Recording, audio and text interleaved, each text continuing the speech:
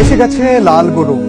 পবিত্র আল আকসা ভেঙে গড়া হবে থার্ড টেম্পল জানিয়ে এরই মধ্যে হইচই শুরু হয়ে গেছে।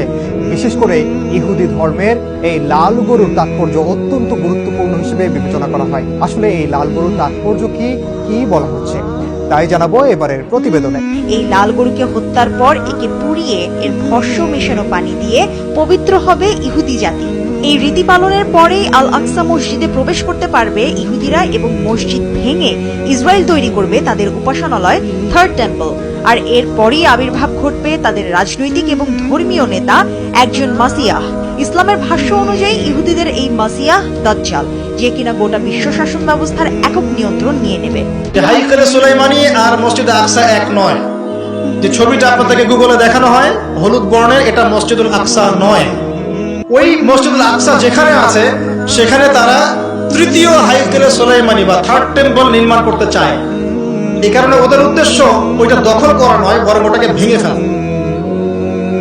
এই জিউসদের উদ্দেশ্য বাইতুল মসজিদুল আকসাটাকে দখল করে রাখা নয়, এদের উদ্দেশ্যটা হচ্ছে এটাকে ভেঙে ওই জায়গাটাতে হাইকেলে সুলাইমানি নির্মাণ করা, তৃতীয় হাইকেলে সুলাইমানি নির্মাণ করা।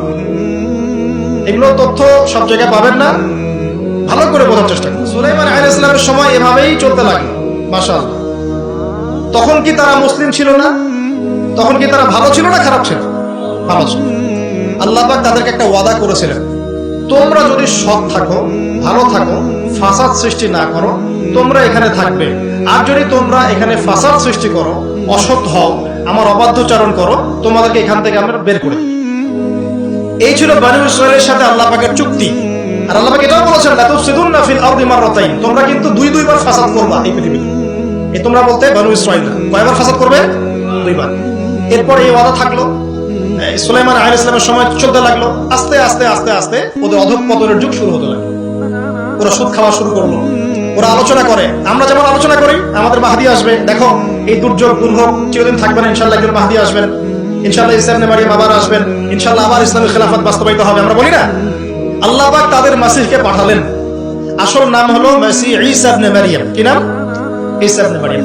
কিন্তু এই ইহুদিরা সেই মাসিহকে চিনতে ভুল করলো এবং ইহুদিরাই তাদের মাসিহকেই জারজ সন্তান বলে গালি দিল।